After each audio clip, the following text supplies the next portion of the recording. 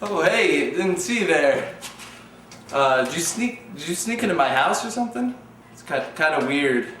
But anyway, if you're here, might as well tape an episode of my show. Hey, I'm Steve Nelson and you're watching 4-Minute Film School. Today we're gonna go over the process known as casting. And no, we're not talking about casting your ballots for president this November. That's better left to the professionals. Start the clock.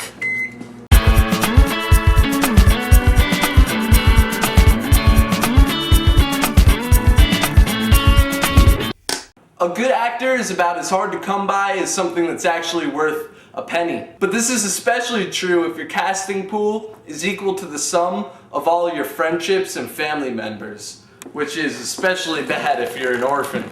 Sorry all you orphan filmmakers.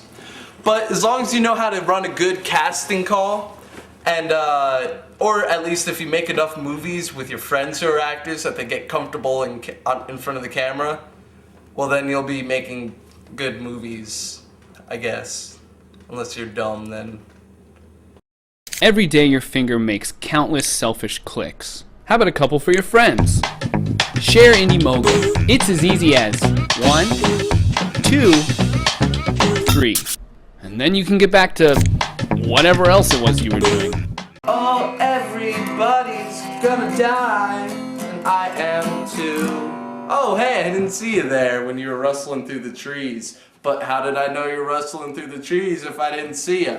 Anyway, welcome back. Now, as we were talking about before, casting calls, as defined by Wikipedia, are a series of auditions, or in the golden days of Hollywood, sexual favors, given to a casting panel. When setting up your casting sessions, you're going to need a lot of help. Not only for managing all the actors, but also for getting different opinions on who is good. The director, the writer, and any other people whose opinions you value would be a benefit. Another person to manage all the actors, and a friend who can read the lines with the actors auditioning would be great. You also want to make sure that you book a quiet room. Imagine this as your own little American Idol auditioning session, so bring a camera to look back and see who's the best, and to laugh at the crazies who will, without a doubt, show up.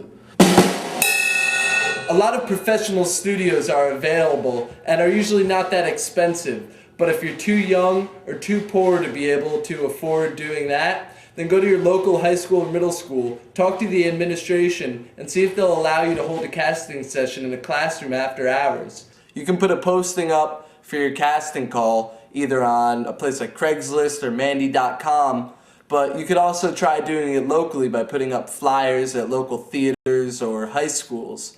And if you're in high school, try talking to the drama kids to get them involved. They might be a little bit over the top, but as long as you provide some food for them and get them all stuffed up, they'll fall into a food coma and they'll calm the f*** down, because theater kids need to do that. And maybe I need to do that a little bit too. If you aren't going to be paying these actors, let them know beforehand. And also mention that you'll be providing food and transportation to those that are brought on to the project. Because seeming more professional will bring in more actors to audition.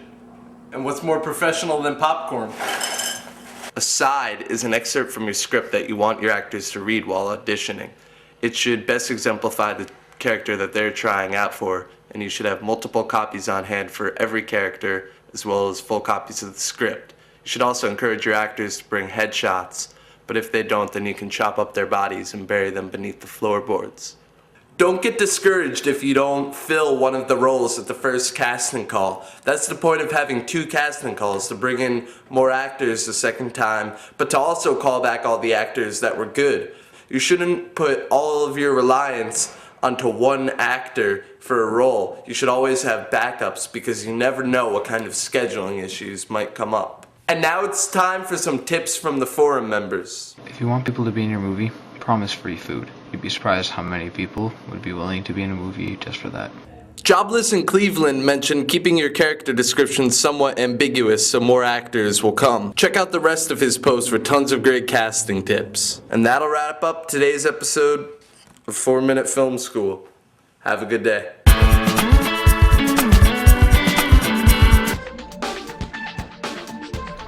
At the tone, leave a message. We'll get back to you.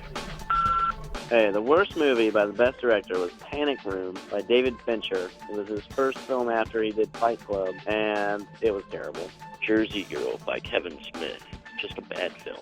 The remake of The Planet of the Apes by Tim Burton. Steven Spielberg's 1941. Sucked. Slither by George A. Romero. Great director, horrible movie. Stick to the virus zombies, George.